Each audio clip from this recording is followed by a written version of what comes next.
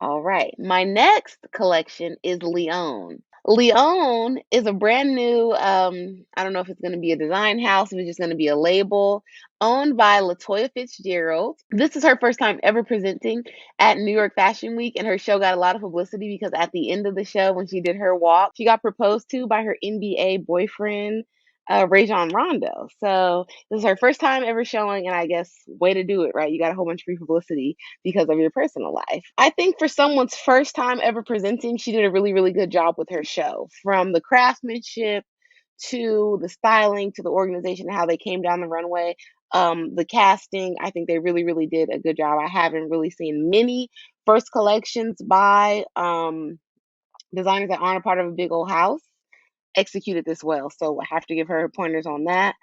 I did get a little bit tired of the denim on denim on denim. Hmm.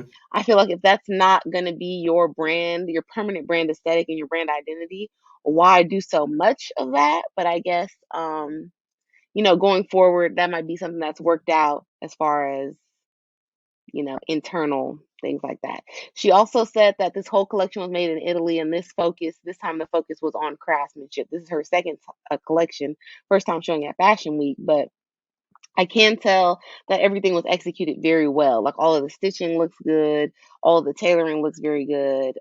Even on some of the more like avant-garde, pushing the envelope type of shapes, it looks like it was well executed. It was a lot of 90s, early 2000s influence on these looks, so I feel like in a certain way, um, I've seen all these looks 1,000 times. My mom probably has worn all of them, but she just tries to do them in a more fashion forward way by specific cuts. Doing like one of her looks, look number 4 was like a half hoodie, half jean jacket, asymmetric, and then the skirt was like jean material and hoodie material too. Everybody was wearing the Manolo Blahnik Tims from the Beyonce era. I don't want to say that her collection was boring, but it might have been too spot on for the era and the stuff that she was trying to do. But again, that could improve with practice and more collections.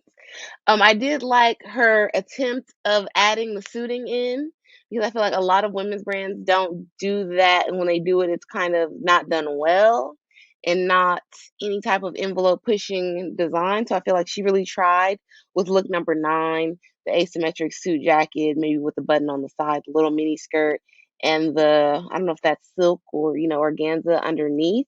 I don't know if this is how wearable a lot of this is, the more fashion forward pieces, but for the sake of showing a collection, cool. I think my favorite look is look 19 that we've seen before. Like I can't lie, but I like the way that she executed it, and then she did it again in orange. My least strong look has to be look number 14. Like, I don't know what that is. I don't know what's trying to be conveyed. I don't know where you would wear that. You would definitely have to wear it separately. You wouldn't wear it together. Yeah, is it like a puffer sleeve or Yeah, it looked like a puffer jacket with like yeah. a skirt with the I don't know. I don't get what that is. I love looks like the end of the show looks 29 and 30. Those are probably like the strongest and most different from what we've seen 100 times before. Those are probably her strongest and her brand identity looks, but other than that it was like just the odd mix of things. Look 24 again I really really like, but not that special. Look 22, I don't want to put it on the worst looks, but it's another in the group of confusion. Like, is this a men's shirt that's oversized that's meant to be a dress, like the Jacquemus dress? Not sure.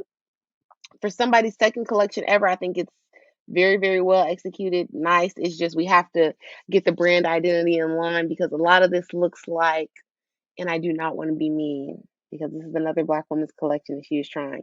But a lot of this looks like the denim looks at least look like what Rihanna was doing with her House of Fenty stuff. Did she stop doing fashion? Oh, she did. I totally forgot. Yes, the house is closed, it's disbanded. It was sad. It was a sad time. Because she was under LVMH, right? Yes, first Black woman ever.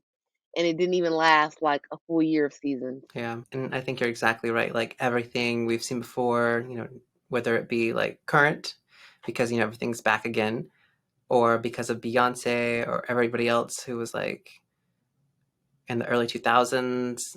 Whenever these first looks right off the bat, and just thought of Beyonce with the denim and these like Timberland boots, it does look like well made. I will give her that. Very well made. Yes. And then like that one look that I think it was like look 22 that you didn't really care for. I could see how similar into the Monse, it's just like trying to take something that, we've seen 100,000 million times and trying to make it new, but this looks confused. Like it wasn't executed well. Yeah, just maybe a different styling Hmm. or stylist for the next show that could kind of mix up the looks, because a lot of these looks from a fashion school perspective, right, look like they came out exactly as you designed, exactly as you sketched. There was no mixing up of the pieces after the fact. Yes. So we need some good styling on this to make it more like pop to the eye, make it look more interesting. But overall, great execution of the pieces. All of them look incredibly well made. I'm sure whatever price point you have it at is justified just by that alone. We got to work on the styling